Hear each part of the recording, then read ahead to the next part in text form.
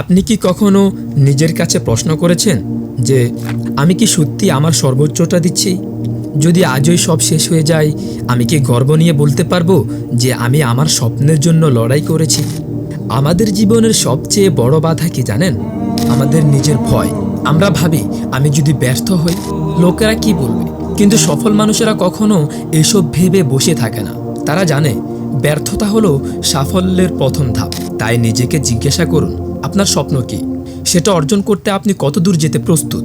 অনেকেই ভাবে একদিনেই বড় কিছু করে ফেলতে হবে, কিন্তু আসল কথা হলো বড় অর্জনের পেছনে থাকে প্রতিদিনের ছোট ছোট পদক্ষেপ। আজ একটু ভালো করার চেষ্টা করুন, কাল আর একটু।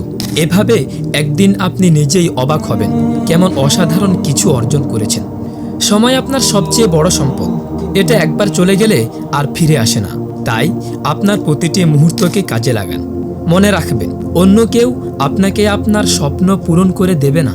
এটা আপনাকেই করতে হবে, আর আজই শুরু করতে হবে। আপনার ভেতরে যে শক্তি আছে সেটা আপনি কল্পনাও করতে পারবেন না। তাই নিজের প্রতি বিশ্বাস রাখুন।